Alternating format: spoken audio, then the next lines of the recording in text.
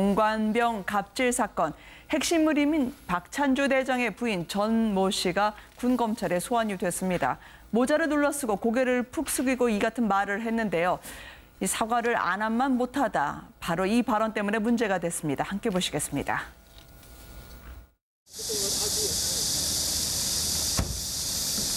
앞으로 서주십시오. 공관병 괴롭혔다는 그동안의 혐의에 대해서 인정을 하시나요? 예, 제가 잘못했습니다. 그냥 아들 같은 생각하고 했지만 그들에게 상처가 됐다면 그 형제나 그 부모님께 죄송합니다. 성실히 조사받겠습니다. 그 썩은 토마토나 전 맞은 공관병한테 하고 싶은 말 있으세요? 아니, 그런 적은 없습니다. 본인이 여단장급 이상이라고 생각하세요? 아닙니다. 절대 아닙니다. 박찬주 사령관이 이 얘기에 대해서 알고 계셨나요? 이런 논란에 대해서? 모릅니다. 저는 군대 잘 안 갔다 와서 모르겠는데 별 4 남편을 두면 부인은 별 하나가 되나요? 뭐 그만큼 네. 이제 위세가 아주 세다는 이야기죠. 군대에서는 사실은 뭐 어떤 면에서 보면 그 부인들이 뭐 승진을 자주우지한다라고 할 정도로 사실 네. 이제 장성들의 어떤 부인의 어떤 이런 역할도 굉장히 중요합니다. 근데 참 저는 오늘 그 모습을 보면서 아들 같은 마음으로 그랬다고 그러는데 네. 사실 본인 아들한테 막 전 집어 던지고 뜨거운 떡국에다가 손 넣어서 가르려고 그러고 그렇게 합니까? 보통 집에서?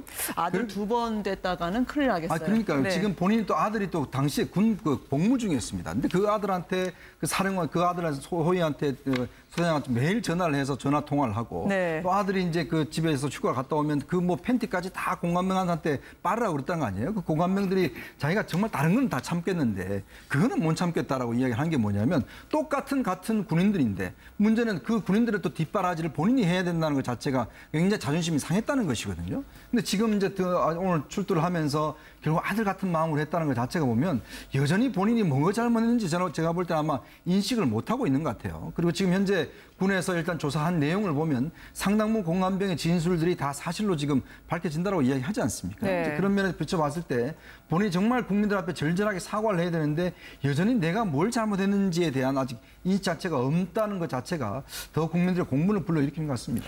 아들 같은 마음에 고깃집에 가서 박찬주 대장은 회를 떠오라고 했던데요. 더더군다나 고깃집은 쉬는 날인 것으로 많은 부분 밝혀졌습니다만 어떻게 국민들이 느낄까요? 그러니까 지금 이제 추가로 드러나는 얘기가 7군단장 시절부터 지금 갑질이 시작됐다. 네. 아니 그 전부터 사실은 시작됐는지는 모르겠지만 7군단장 시절의 얘기들이 지금 또 나오고 있는 거예요.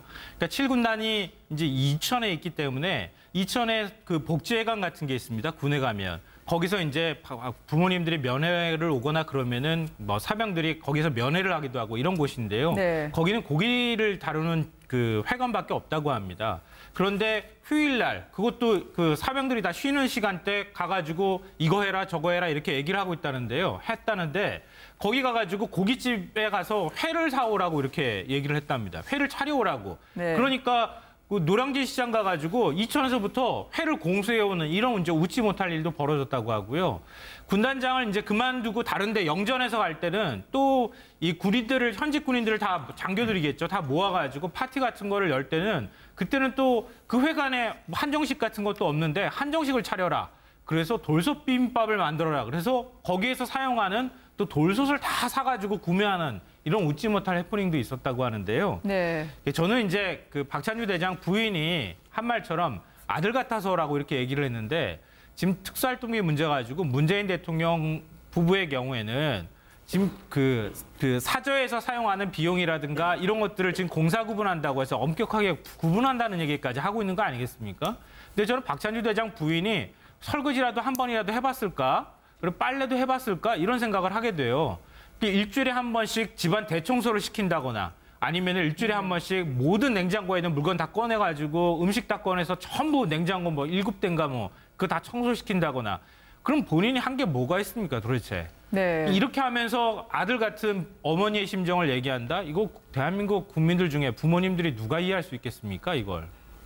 갈색 모자를 쓰고 그리고 카메라 앞에서 고개를 끝내 떨군 별넷 대장의 부인의 해명, 변명으로 들릴까요? 설명으로 들릴까요? 저는 저 장면이 굉장히 유사한 어떤 장면과 오버랩됩니다. 네. 최순실 최순실 씨요. 최순실 씨가 유럽에서 돌아온 다음에 우리 기자들이 막 이 질문을 했을 때 죽을 죄를 졌습니다라고 한 다음부터 다시 법정에서는 그 모든 것들을 뒤집지 않았습니까? 네. 왜 오버랩됐냐면 아주 유사한 사건이에요. 자, 최순실 게이트가 터지게 된 가장 큰 첫 번째 단계는 뭐냐면 최순실의 딸 정유라의 이 2대 부정입학 사건이거든요. 그 단초가 사실은 굉장히 학부모를 둔 그 학부모들이, 그러니까 딸을 둔 학부모들이 또는 아들을 둔 학부모들이 분노했거든요. 네. 그 사건이 바로 이렇게 어마어마한 국정농단 사건까지도 비화됐는데 이번 사건도 사실은 아주 가벼운, 아까 작은 단초에서부터 시작이 됩니다. 공감병을 폭언을 했다. 그런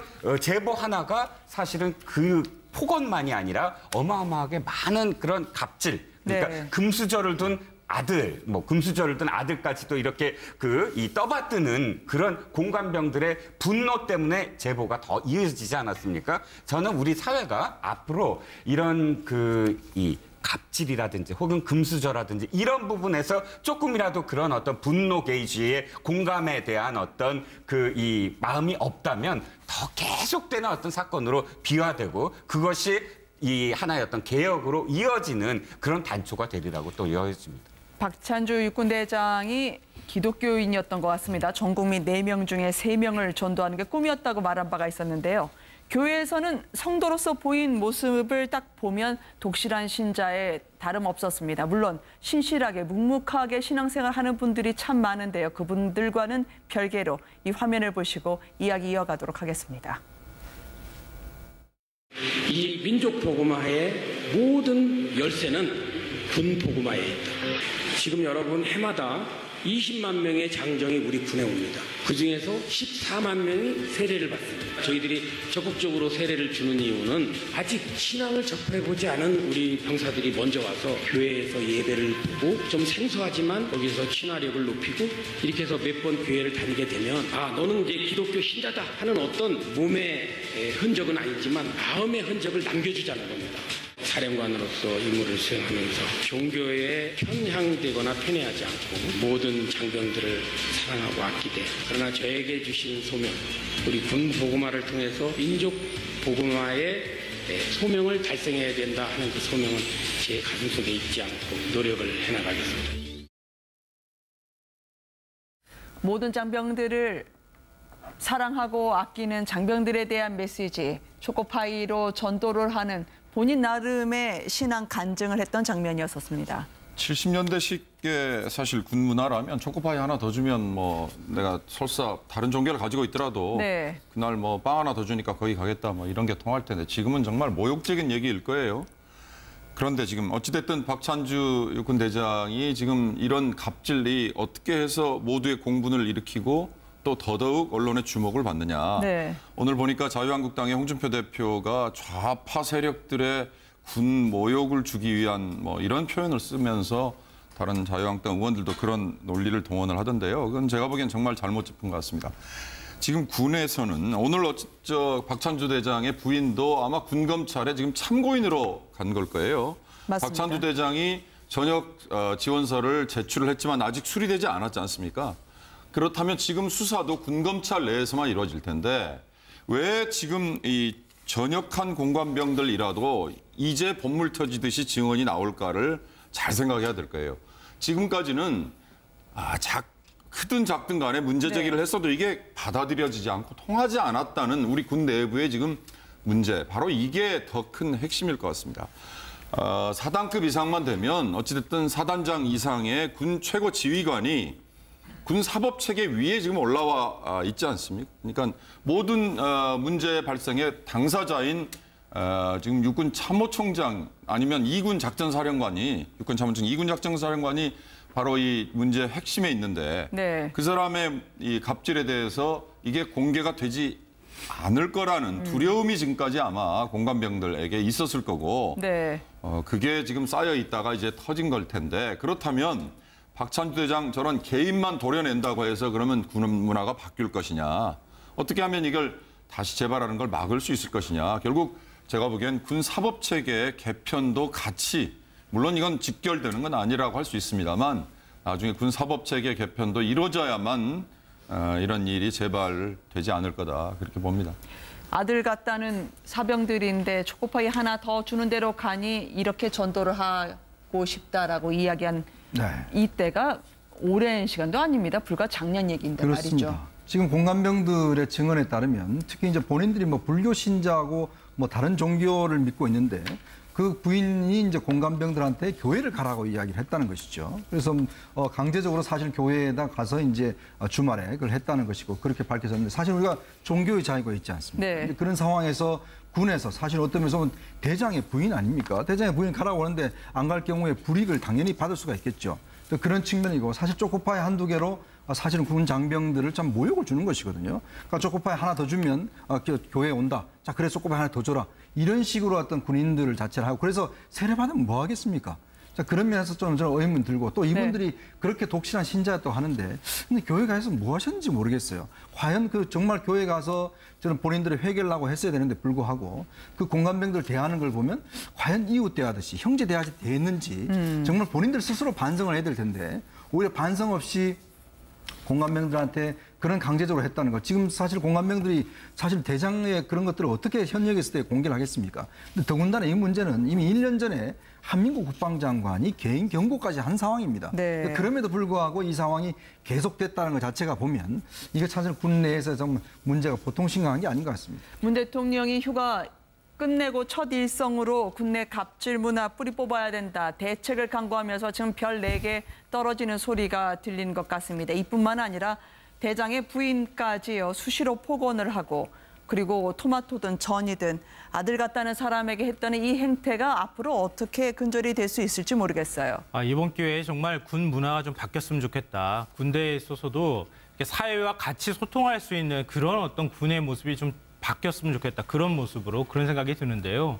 여기 계시는 분들도 군에 갔을 때 아마 비슷한 경험들을 다 한두 가지씩은 다 갖고 계셨을 것 같아요. 저도 초코파이 같은 빵 얻어 먹었거든요. 천주교에서 더 많이 준다 그러면 천주교 쪽으로 가고 기독교에서 많이 준다 하면 기독교로 간다는 얘기를 많이 하고 그랬는데 그 훈련병들한테 그렇게 한 거예요. 근데 지금 되돌이켜서 나이를 좀 먹고 생각해 보니까 이게 굉장히 자존심 상하는 일입니다.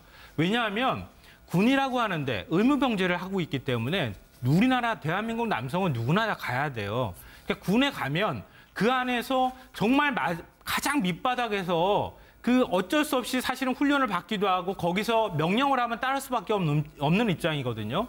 그런 사병을 대상으로 초코파이 하나 더 주면 무슨 종교를 믿는다. 이런 식의 어떤 인식을 하고 있다고 한다면 그러면 그런 사병들이 이런 군단장이나 아니면은 사령관 입장에서 볼 때는 어떤 존재로 비쳤겠는가.